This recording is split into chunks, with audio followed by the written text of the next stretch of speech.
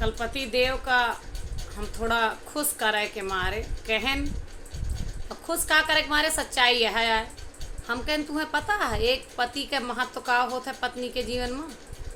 पैसा रुपया हर चीज़ के जोन दिक्कत दूर करत है पति वो तो करबे करत है, लेकिन एक पति के होते हुए एक स्त्री दुनिया की हर मुसीबत से लड़ जात है, यहाँ तक कि परिवार से लड़ जात है।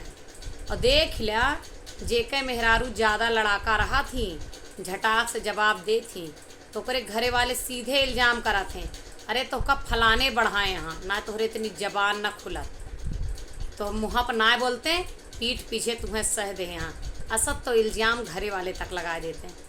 तो पतिदेव कहे हाँ सही कहा तिया, और एक पुरुष का ताकत स्त्री हुआ थी। हम कहे मतलब कहें जैसे हम तोहार ताकत है वैसे तू हमार ताकत हो। हम कहे अच्छा, कहें पत्नी पति का ताकत होता है। हम कहें अच्छा, और हम कहें जो ये दूसरी स्त्री है यहाँ कहें वह कमजोरी।